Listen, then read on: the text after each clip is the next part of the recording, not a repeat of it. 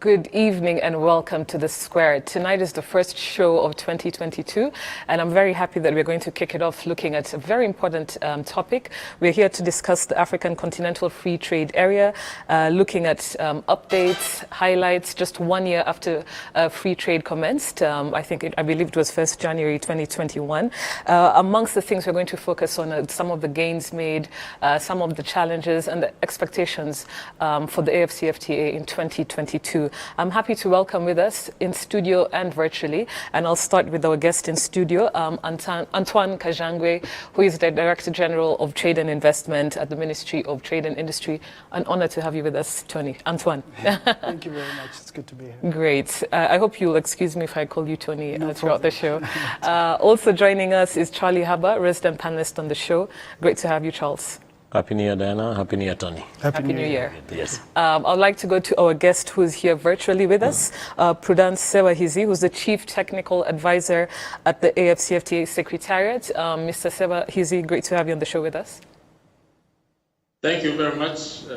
Good evening and Happy New Year to you all. Happy New Year to you too. We're always joined by our resident panelist, Brenna Namata. Unfortunately, she's not feeling well, but I know she'll be tuning in and sharing her comments on our social media feed. I would also encourage our viewers to do it. As you all know, it's hashtag the Square RW. Before we kick off, I want to know if we have any midweek highlights, Charles, like we usually do for our viewers. Just one thing that's bothering me a little bit, and it's around the Omicron variant and how we have handled it as a country, and in comparison to how our neighbors and other countries have handled it. If you look at statistics, you look at how our reaction was on the Delta variant and the original nameless guy, I don't remember what it was called, and you ask yourself, if this is the less lethal one, that is hardly sending people into hospitals, that is hardly killing people, that is that has found us fully vaccinated and very many people with booster jabs, why is the economy closed? Yeah, so I did read somewhere that in some countries in Europe, I think specifically Norway is where I picked it, where they said we're not even going to continue testing people because the testing mechanism that is in place cannot draw a clear distinction between the flu and the virus. So we all have a flu. We, in one or another, we've had it, we'll have it, or we had it, we'll have it, or we're having it. I think let the economy be. Yeah. Valid questions, valid comments.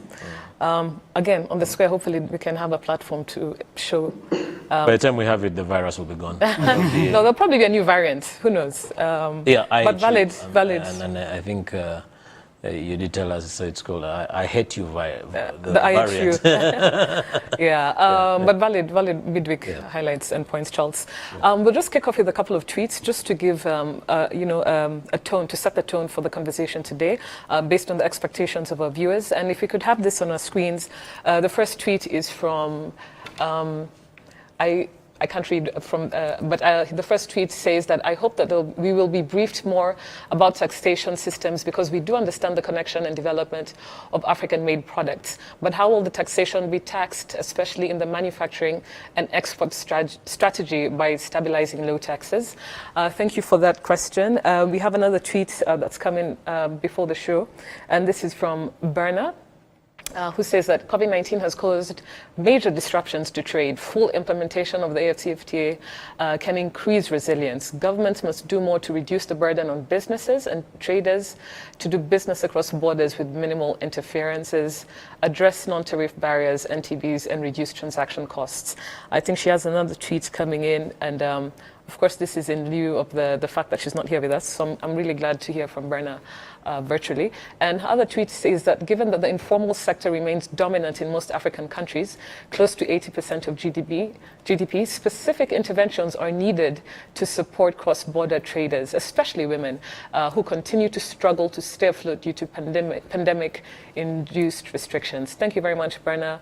Always looking out for, women and the informal economy. I know each time we have these discussions, she was the first to point that out. So thank you for those tweets to all our viewers. And I'll kick off with the first discussion, and it will be addressed to you, Mr. Prudence Sebahizi. So, established in March 2018, the Afcfta is an ambitious trade pact to form the world's largest free trade area by connecting over 1.3 billion people across 54 African countries. So, like I said earlier on, we know that free trade commenced on 1st January 2021.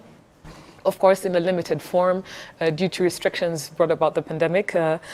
So what we want to see is, if you could share with us, and I know this is a very wide discussion, it's very wide, but we want to know if you could share with us some brief highlights since trade commenced in 2021. If you could share with us key highlights in this regard. Yes, thank you very much. And let me again greet you and thank you for this wonderful show. I feel very privileged and greatly honored to be with you this evening, though virtually. More importantly, when we are talking about this topic, the Afcfta, I feel very excited.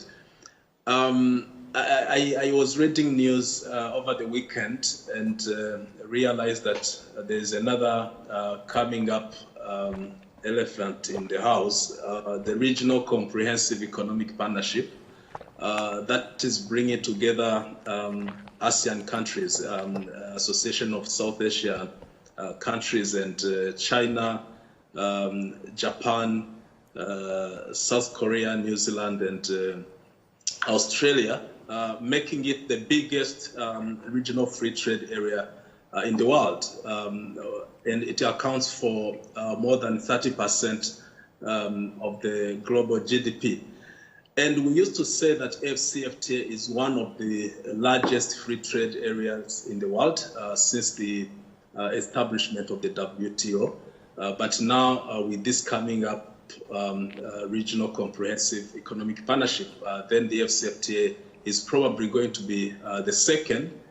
But this shows more necessity for Africa to come together, because if we don't do that, it means that the rest of the world is taking action. You understand that we have the US, Mexico, Canada free trade area, which is also one of the largest in the world. We have European Union. So Africa's integration is there, is very imperative and is more important than ever before. Now, to set the context of our conversation today, I would like to take us a step back for a brief historical background of Africa and also understand a few facts about Africa. As you may know, Africa's enormous wealth is in the natural resources endowments. Our economies are relying more and more on natural resources that we have. But yet we have Africa's population, which account for about 17% of the global population. And with those natural resources endowments, with the large number of people, we still have Africa only contributing to about 2% of global trade, and only contributing to about 3% of the global GDP. And also the manufacturing sector in Africa is too small. Africa's manufacturing sector is only contributing less than 2%.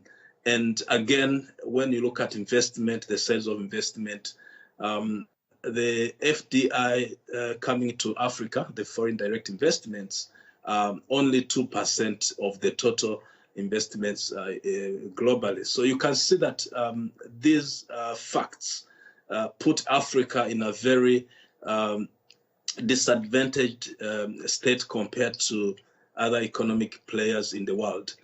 The other fact that I want to share with us before we go into the discussion is that the level of intra-African trade accounts for about 18% as of now. It used to be even lower. But when you look at other parts of the world, in Europe, they are talking about 70% of their trade is within Europe. When you go to Asia, about 51% of their trade is within Asian countries. So you see that there is again a missing link. Why are we not trading amongst ourselves?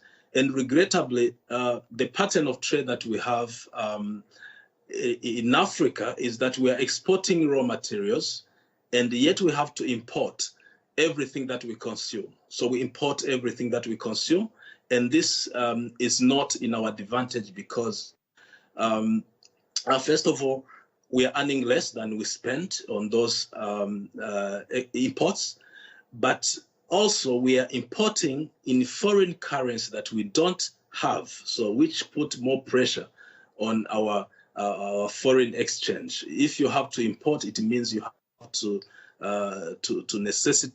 necessitate foreign currency to be able to afford those goods from outside.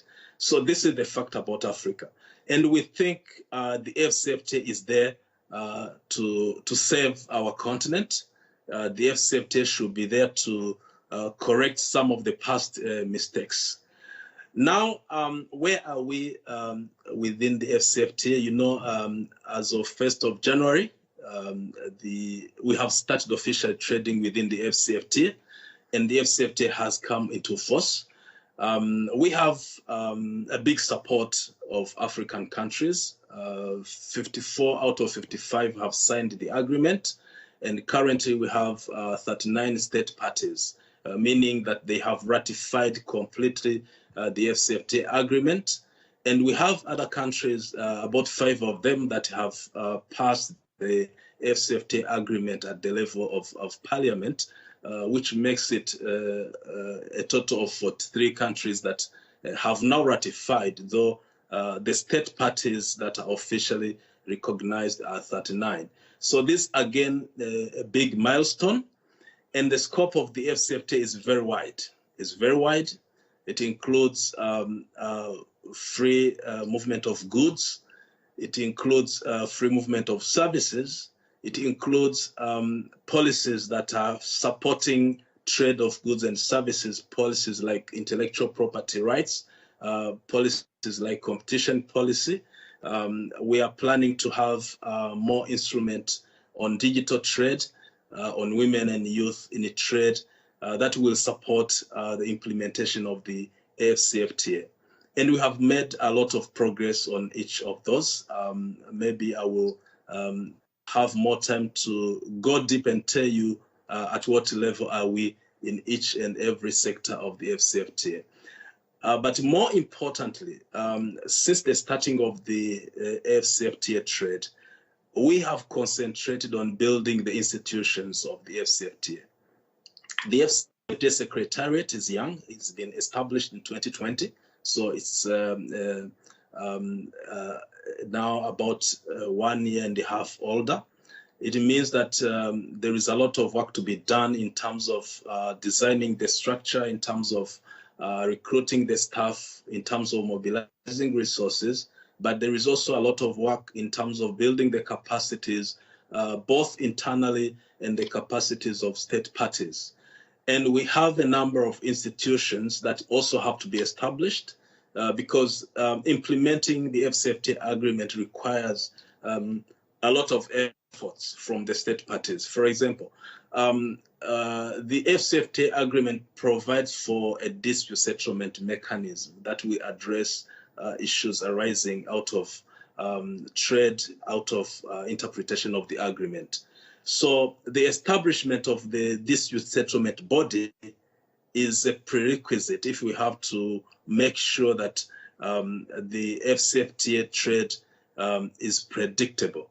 So over the last couple of months, we have had a number of meetings to establish the dispute settlement mechanism, the Fcmt dispute settlement body. We have the Council of Ministers, which has been meeting regularly to make decisions, the ministers of trade across all African countries. And we have a number of committees and subcommittees that have to deal with sectoral issues on the Afcfta.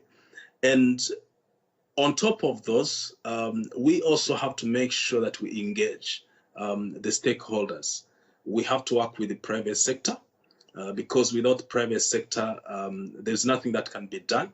This agreement belongs to the private sector. They are the ones that implement the agreement. So we have been working with the private sector. You might have heard of the Intra-African Trade Fair, which took place in Durban toward the end of the month of November, which attracted a lot of from all over the world, and which has also resulted in the trade deals and investment deals. Prudence, unfortunately, I'll have to cut you short. Can you hear me? Yes, no problem. Sorry. Yes, I can. Yeah, like we said earlier on, if we had allowed you, you'd talk until the end of the show. Unfortunately, it's such a meaty discussion. So sorry, I had to cut you short. But I think you've given us a perspective in terms of my understanding is, since January 1st, I thought I would get a bit of concrete highlights instead in terms of what has been traded between countries, volumes, that sort of thing.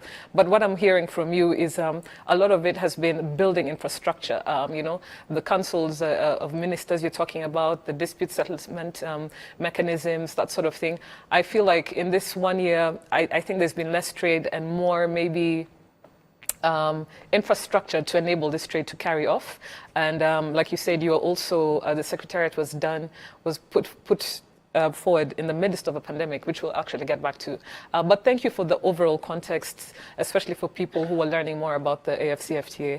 And I would like to just take this next question to Mr. Kajangwe, who's here with us on behalf of the Rwandan government, the Ministry of Trade and Industry. And I think you've seen some of the tweets where people are asking, what is in it for Rwanda? How is Rwanda positioning itself?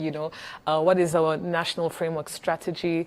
In terms of export readiness, where are we? So those are my questions to you in brief. Thank you very much again, Diana, Charles, really for the invitation to be able to participate here. Maybe before I respond to that, let me provide maybe a context from Rwanda, East African community in terms of the gains made this year. Yes. I think you're very right, and Prudence touched on this slightly in terms of where are we in terms of actually doing the trade that the Afcfta is supposed to give us. Of course, there's been I would say a slow start to the agreement, really I would say because of how large the agreement is. Prudence spoke of the regional comprehensive economic agreement in Asia, covering I think around 15, 18 countries. Afcfta of course covers 54 countries, 44 that have already ratified or are in the process of depositing their agreement. So it's taken some time to agree on the full modalities to start trading. And here, of course, we're talking about the tariff offers, those products that countries are putting forward to start to agree. That being said, though, there's been a lot of progress made over the last year. Within East Africa, for instance, all member states provided their own tariff offers, but we had to now harmonize them. In December of last year, we were at 79% of tariff offers that were agreed. Today, we're at 87. It's still slightly below the 90% that's needed to allow us to trade with other partner states. About 29 partner states, state parties, have provided the full 90%, and so they'll be able to start trading. But the East African community is very closely behind, working very tirelessly to ensure that we can reach that level and also start taking the benefits of the agreement. Another element, of course, is the elephant in the room, and I'm sure we'll get to it, but it's the rules of origin, the Afcfta rules of origin. The end of last year, I believe we're at 81% of agreed rules of origin. Today we're at 87%. So there's a lot of progress that's been made. It sounds like a small percentage in the grand scheme of things, but these are hundreds and hundreds of products that member states are agreeing to. And of course, given that you're negotiating with 54 countries, it takes some time to ensure that all interests of every member state is aligned. And of course, to remember that the Afcfta is a member-driven institution, and it's also consensus-driven. So all member states have to agree or nothing gets put on paper. That being said, though, we have also put in place, or there's been a ministerial directive that today states, and I believe it should be approved at even higher levels, the states, member states that have 90% of their products or tariff lines should start trading on those agreed rules of origin. So although we have 87 products, those are substantial products that we should start trading nonetheless. And you have products that are fundamental to Africa's trade. You have everything from agricultural produce to light manufactured products like wood. So you have a very small number of products that are yet to be agreed upon. So there's a lot of gains that have been made this past year, and I think there's even going to be more that are going to be made in 2022. Services commitments is another area where we've made actually a lot of progress. Again, these are services sectors that are being liberalized and really agreeing between member states what those services are going to be. So ICT or communications, transport. I'm excited about that sector, but yeah. I am as well. I think reasons, goods gets or trade in products gets a lot of the attention, but services is a fundamental aspect, especially for a knowledge-based economy like Rwanda. Exactly. So you're looking at finance, transport, professional services such as journalism, architecture, engineering, construction, things that Rwanda has over the years developed a really good and competitive advantage. And of course, Prudence has mentioned this as well, but phase 2 negotiations have also started, really with draft protocols being shared. So a lot of institutional building, but also a lot of progress being done at a secretariat level, but also between member states and their negotiations. So where do we stand today in terms of our national framework and export readiness? And really here, I think for Rwanda, we have a very robust legal and regulatory framework. Of course, we're part of the East African community. So a lot of what we do has to be done with member states, with other state parties or other East African community partners. But nationally, we have the trade policy that's actually under revision. We have a national export strategy that's also under revision to contextualize it around the Afcfta, but also other global changes in trade and investments that are taking place. We also have a specific Afcfta strategy that is nearing completion, nearing validation. And this is a very comprehensive document, but just to highlight 2 aspects that it focuses on: key markets and key products for the Afcfta. That Rwanda can benefit from. And so we've identified a number of countries where we need to focus, and by we I mean the private sector, more so than the government. Absolutely. Where the private sector can easily trade, where there's huge potential in terms of trade and investment. And those are countries like the DRC, countries that we have great bilateral relations with, CAR, Mozambique, Congo-Brazza, really the entire Central Eastern African region, ECAS region.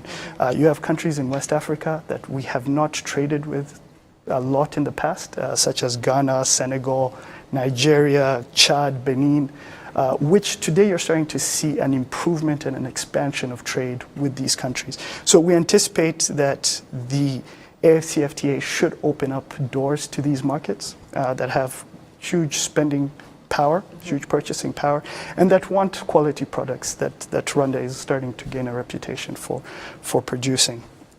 And in terms of those products, and we've tried to align these, of course, with the National Strategy for Transformation, NST1, and really delineated around 3 specific products. Agro-processed products, so here we're talking about dairy products, flour, such as maize or wheat, but also construction material, cement, steel bars, tiles, and we're starting to develop industries in these sectors, and light manufactured products. So here you're talking about phones such as Maraphone, and we've started to see some of these products actually being exported into African markets, and we hope that they'll continue to start taking advantage of the preferential market and preferential rates that they'll gain.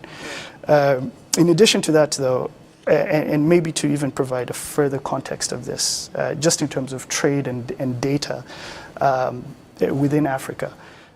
In 2021, from January to November, we exported within Africa about $830 million of products. that's about 56% of our total exports. So that tells us that we have huge focus on the African market already.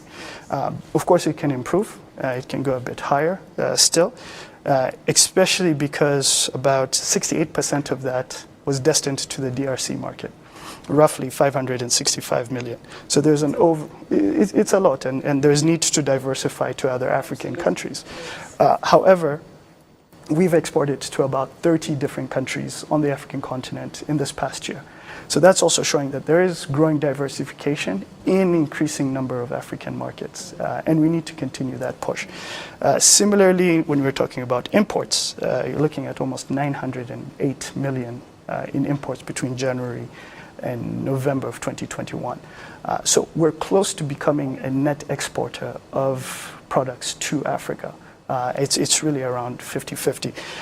And so what this tells us is that there's potential for Rwanda to take advantage of the African market. And again, imports from Africa account for about 36% of our total imports. So there's still a huge dependency on imports from outside the continent. Outside the continent, Yeah. outside Africa, which is what we want to change. Absolutely, Right? absolutely. And the strategy also touches on this just in regards to how we can position ourselves as a logistics hub, but also as a value chain hub. So in regards to connecting to regional value chains, importing, adding value, and exporting value-added products. And that's really what the benefit of the Afcfta will offer in the long run. Yeah. Again, around those three sectors that I've touched on: agro-processing, light manufacturing, and construction materials, but to also add minerals. Yeah. We're in a region that has abundant natural resources. Rwanda is trying to develop its capacity for adding value to minerals, and we anticipate that this is an area where we will continue to see gains and really a lot of benefit. So whether you're talking about gold, coltan, cobalt, minerals that are needed for future industries, like electric vehicles, electric batteries, and such. And we have what is needed in place already. We have the logistics infrastructure in place. We have a transparent business environment. We have trade facilitation that is provided in terms of information, in terms of import-export procedures that are simplified. So we have a really good potential to become a hub for commodities exchange, but also for value addition of products across the continent, and become a seller from east and west. Thank you, Tony. Yeah, riveting stuff. I hope, especially, I know before the show, there were a couple of tweets calling out for young entrepreneurs or just people in the private sector to tune in and see and learn where we're positioning ourselves to tap into that, to be prepared, you know. So when the time comes, all these you know, instruments that Prudence talked about, everything you're saying, that, you know, we're at the validation stages of our national framework. When we're good to go at these opportunities, we can definitely touch into the private sector, and especially young entrepreneurs in those three key sectors you mentioned, like manufacturing, construction, and agro-processing. Thank you, Tony. Charles, over to you. Obviously, speaking after Prudence and Tony, who are experts in the field, and who have done the show quite a bit of justice in terms of providing good context and significant flesh, which has eaten into quite a bit of the time, and therefore we sort of have to look at some of the other things that they've not said, and that's really around the challenges and the opportunities, and how we sort of churn out those challenges into opportunities, if at all we can. And I want to pick on two things. The number one by far is something that Prudence said about the technicalities around consensus and the way the AF, the African Continental Free Trade Area, is structured, that all the 54 countries have to agree. That's like climbing Mount Everest barefooted. If we have 54 out of the 55, that's significant. The 87% achievement that Tony gives us is extremely impressive. When it comes to the actual trade is where I'm worried, and that drives me into my second point around the experiences that we have around the regional blocks. So whether it's the EAC, whether it's COMESA, whether it's ECOWAS, whether it's all these others. And that also has sort of two subsects. So two subsets. One is the politics and the other is the economics. Now, the politics will always come into play whether you like it or not, because even though in certain markets they tell you that business people speak a language that politicians have to listen to, but the reverse is also true, that the politicians speak a language that business people must listen to. For crying out loud, imports and exports between Uganda and Rwanda they're not there anymore because of the politics that's happening. Was there a lot that were benefiting from one another? Definitely yes. Move down and see, go down south and then look at the challenges that are there between export of services, and I'm talking about professionals, between South Africa and the countries that move around, that border it. There's actually very significant xenophobia there, and people from unskilled to semi-skilled to highly skilled are targeted in that region. So when you go up north, and then the guys up north would prefer to be associated with the European worlds, whether it's because of their skin color or inferiority or superiority complex is subject. So by virtue of the fact that we have to go through consensus, I am concerned. But also by virtue of the fact that we do not have a very rich history of a success of these things, or of these regional based blocks. on economic blocks. Yes, it keeps me worried. And moving closer to home, I want to talk about the huge opportunity that we have, and I think I hinted on this on the show last week, with around the Kigali International Finance Center. Now, that's unprecedented for this country. Tony talked about a knowledge-based economy and the fact that we've invested so much in our people and then the infrastructure that goes around providing the opportunities for our people to thrive. But also the enabling environment around regulation and what have you. He also mentioned about logistics and the value chain of how goods flow in and around the region. Now, if we are going to do all that, and then in the morning a neighbor deploys troops and builds another road to jeopardize what you're going to do, if you are going to do that, and then Tanzania and Kenya fight for how the Sudanese will take their oil out of the continent to another continent, and you ask yourself, what are we doing? If we're going to do this, when we talk about trading as a continent, when the whole world is looking at Africa, today the biggest conferences that are happening around the globe are Brazil, Africa, Turkey, Africa, US, Africa, China, Africa, and all these things. Everybody is looking at us. It's very easy for briefcases to move around and just kill this Afcfta. Actually, that's what's conference. happening. Yes. The external agendas being put forward, which I'll come to. But yes. You're right, Charles. So I think at this pace, my very good friend from the university, Prudence, might just be collecting a salary, but without tangible results if things continue at this pace. So where I'm going with all this, Tony, Prudence, and Diana, is my skepticism based on current goings-on. Yeah. If I may quickly, maybe just quickly, because I'd also like Prudence to listen to it from his perspective at the Secretariat. Sure. Yeah, but go ahead. I think, and I understand, Charles, where you're coming from. I think historical precedence shows us that we tend to move very slow sometimes. But the Afcfta, if anything, has been the one agreement that has shown us that it's possible. And that we're able to actually start to trade amongst each other. For us to have agreed to the agreement, for us to have signed the agreement in Kigali in 2018, after just 2 years of negotiation, shows a huge amount of political will. The regional comprehensive economic agreement that Prudence was mentioning spent 10 years under negotiations. before it's coming into operation. So we've been able to do something very quickly because of the political will that's there, really from heads of state down to ministers responsible for trade, to ensure that we can get this operational. And we're starting to see the fruits of this. And I believe we're going to see the fruits of this in 2022 and really long term. What I think is also important is that the agreement is not a magic bullet. We're not going to go from 18% intra-Africa trade to 50, 60 overnight.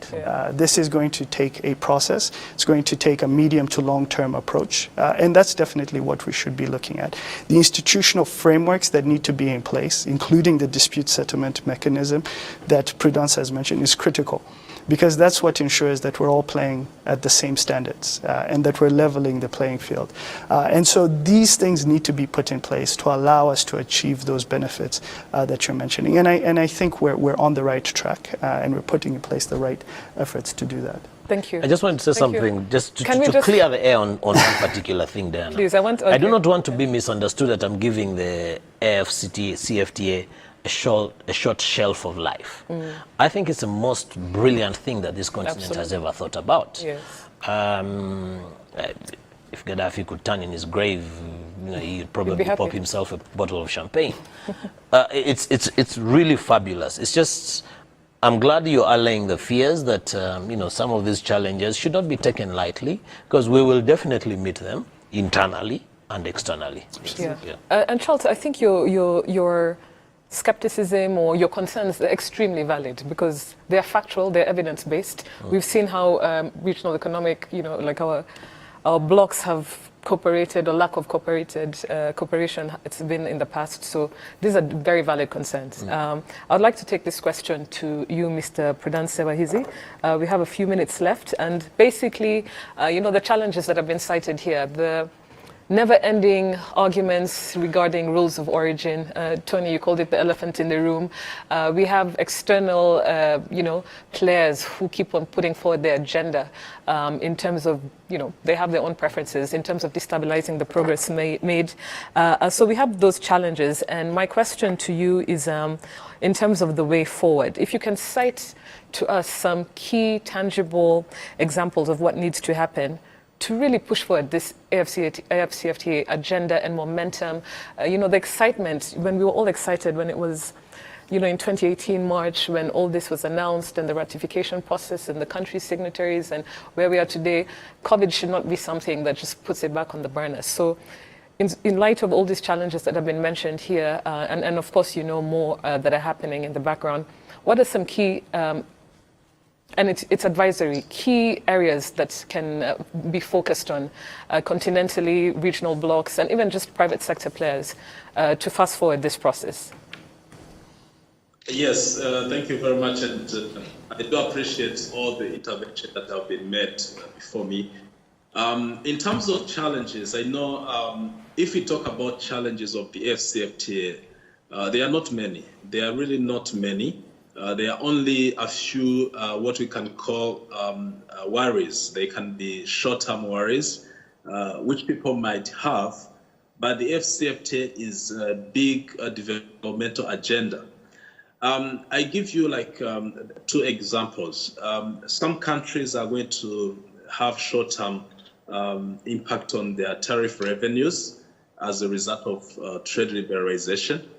But we have done a number of studies that have shown that the benefits, the economic gain of liberalizing trade within Africa are going to offset those revenue losses, short-term revenue losses, which are less than 1.5% on average.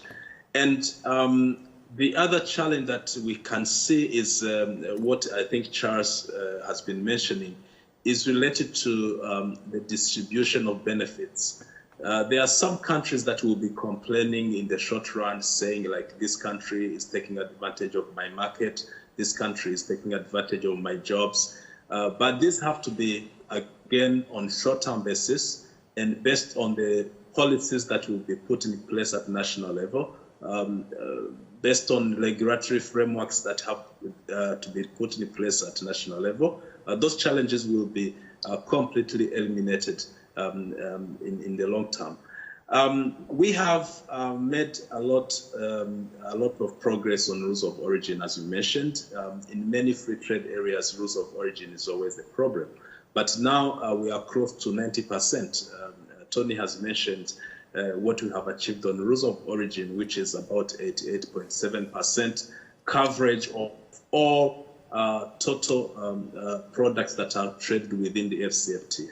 So if you can have rules of origin which is close to 90%, and the level of ambition of tariff liberalization itself is 90%, it means that you can still trade. There's a lot to be traded with the existing agreed rules of origin. There are more fundamental issues that are there which have to be fixed. Let's, for example, look at the cost of transaction related to multiplicity of currencies. In Africa, we have about 42 currencies that are being used for trade, and we are talking about intra-African trade. And this puts a lot of stress on people who are carrying money physically, crossing border, getting money exchanged into another country's currencies. And studies have shown that this results into a loss of about $5 billion every year. So what the Fcmt is doing for now is to put in place a mechanism that will allow payment settlement system across the Fcmt market so that you can transact. You can transact regardless of the currency of your country. You can make payment if you are transacting between Rwanda and Ghana. You can make payment in Rwandan francs, even if Rwandan francs is not directly convertible to Ghana cedi. But that payment system will allow that transaction to happen at no or very little cost. That's one of the biggest challenges that we have on table, which is being addressed. The other one which I want to talk about is the adjustment facility, which is being put in place. And the adjustment facility is going to facilitate countries that will experience short-term losses in terms of tariff revenues as a result of elimination of tariff barriers. And you have to understand this liberalization is going to be escalated over a period of 10 to 15 years. It's not something that will happen overnight. It's progressive. And as we progress, there will be a number of challenges that will arise, and they will also have their solution to be addressed. You know, when you listen to politicians, you get the impression that everything will be rosy, you know. It's like going to a pulpit and saying Jesus is coming back soon, and everybody gives their offertory. Prudence talks about all these challenges will be eliminated, and they'll be eliminated soon. Give me a break. Even in East African community, we signed mutual recognition agreements amongst professionals, doctors, lawyers, and what have you. Architects. The lawyers in one country went to their parliament and said, we don't give a damn about these mutual recognition agreements that we signed. We're not going to allow any Rwandans to come and practice law in our country. The East Africans went down and said, let's ban all polythene across our countries. Polythene manufacturers in one of the partner states went and lobbied their parliament and said, we are going to die of hunger, starvation, and we won't have taxes to pay your salaries and your big jeeps if we stop manufacturing our polythene. These things were shelved. So where I'm going with this is that let's not downplay it. Let's also be very realistic in expectations, and that's I would love to give Prudence a chance to respond to you, Charles. Prudence, what do you say in light of Charles's comments? Charles, you have to understand that the best advantage that we have, even for East Africa, is having that platform.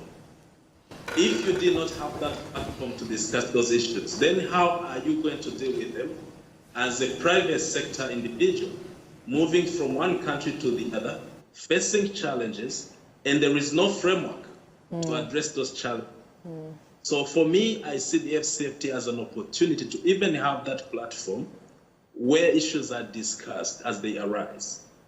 that one itself is an answer to your question, because issues will be there, but we are putting in place a platform to deal with them.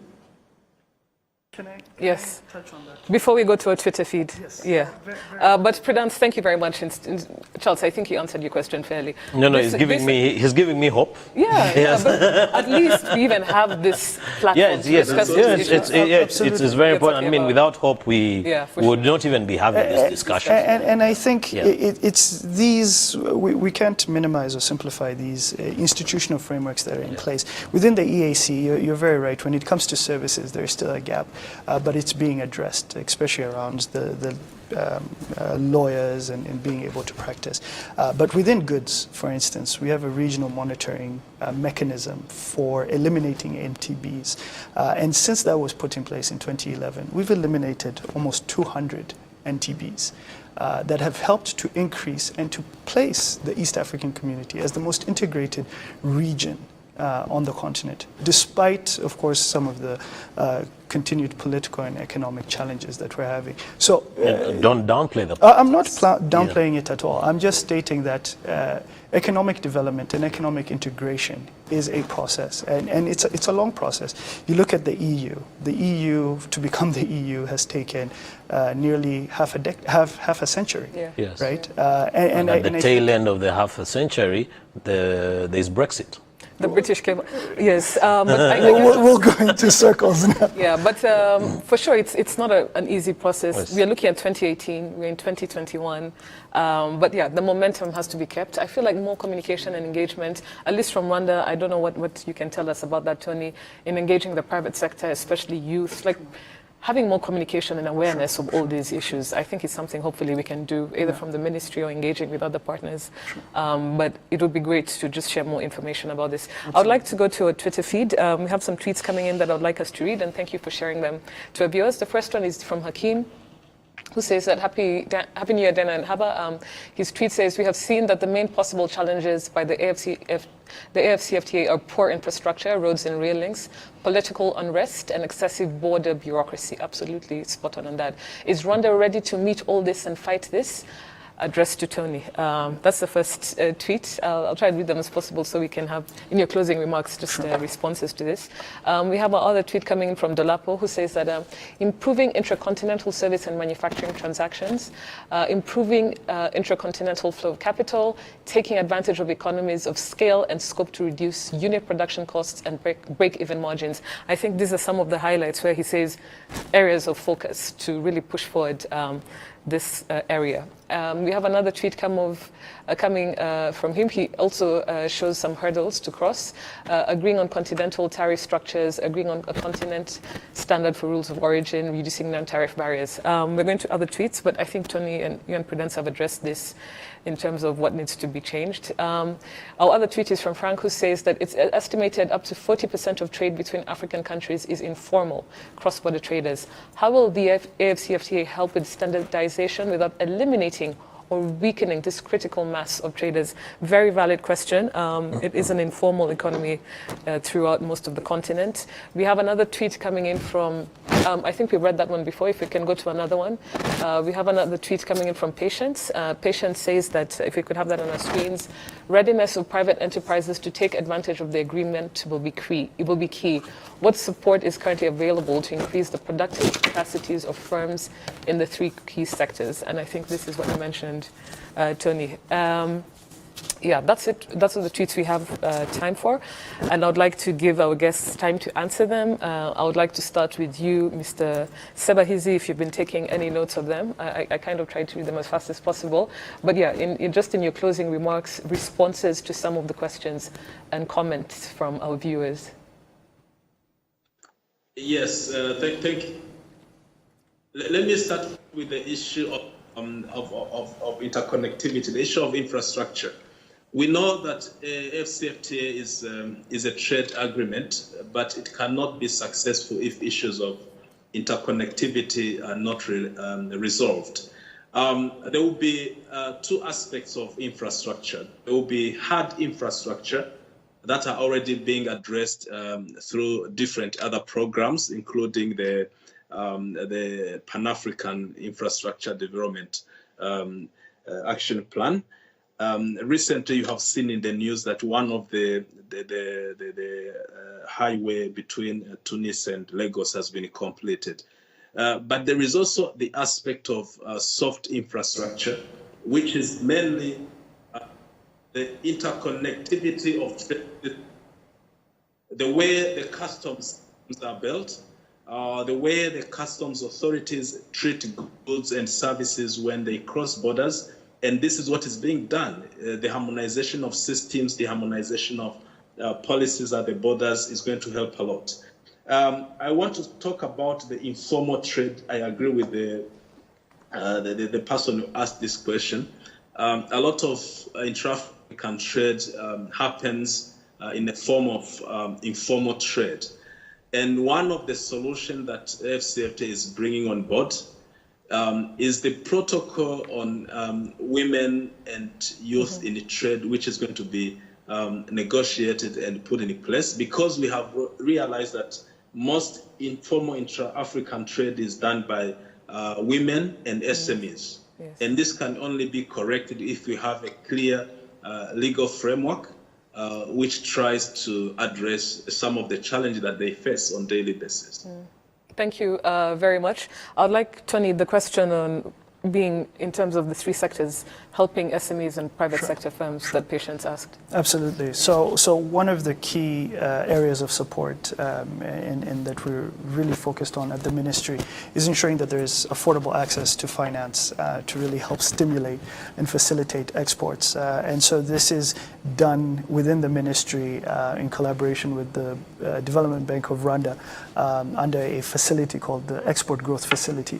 And this is a scheme to, one, provide grants, 50% grants for export activities, but also to provide a subsidized loan for export activities, but also for industrial development. If you want to expand your factory that's oriented specifically for exports. So this has helped tremendously over the last 5 years that it's been in operation to help traders get access to cheap capital to be able to trade across borders. That's one. A second one, and this is hugely important, is in terms of how we help traders meet the standards to exports, because this is hugely important. Maybe just to tie it with the border bureaucracy, one of the things will be how you can harmonize customs procedures, but also standards across Africa. And so with the Rwanda Standards Board, we've put in place a standardization support program, Zamukan Uziranenge, that's put there to help SMEs primarily, but also large and medium-sized enterprises to get standardization certification, HACCP, SMARC, Made in Rwanda logo, good manufacturing practices that are so critical to ensuring that there's quality products coming from Rwanda. I think another thing, just in terms of, and to quickly touch on the informal trade, it's just to say, I think when we're negotiating the protocol for women and youth, it's important to ensure that there's also a simplified trade regime for some of these traders. So some of these procedures can be simplified and taken out of the way to help them as well. Yeah. Charles, over to you, but very quickly. Yeah, very quickly, just two quick ones. One is predictability and reliability, and this is applicable to Rwanda. I think whenever a businessman is going to come, and I like the example you've given around manufacturers and what have you. So we don't want a guy to come and set up a $10 million plant that's producing light bulbs, and the following day you're telling them, no. Foreigners are not allowed to own land, or you can only get a 20-year lease, when you have promised them a freehold from the onset, and they actually have the freehold and you've taken it out. So let's be as reliable and consistent as we can. At a continental level, we need to address the issue of the cost of production, the cost of finance. I think those are the two key areas that will ensure that we are as competitive as possible as a continent. Cost of production, cost of finance. Thank you. Yeah. Thank you, Charles. Really, 1 hour for such topics is not enough. It doesn't do it justice, but I'd like to go, we could have on our screens Mr. Sebahizi. It's been an honor having you. Thank you for joining us tonight. Thank you very much. Happy to. Thank you. Tony, it's been a pleasure. It's been great to have you on the show. Thank you very much, Diana. Great. Charles, always a pleasure Same here, hosting Diana. with Thank you so much. Yeah. Yes, to our viewers, thank you so much. Unfortunately, we didn't have time to read everything, but please keep the tweets going on all our social media platforms. I know Prudence Sebahizi will engage with some of the questions. I know, Tony, you'll engage on social media in clarifying some of these very valid questions and comments our viewers are asking. To our partners, Uzi Collections and Bourbon Coffee and All Made in Rwanda, clothing and products, thank you for always partnering with The Square. Happy New Year to everyone. Wishing you a prosperous 2022. Have a good night. See you next week.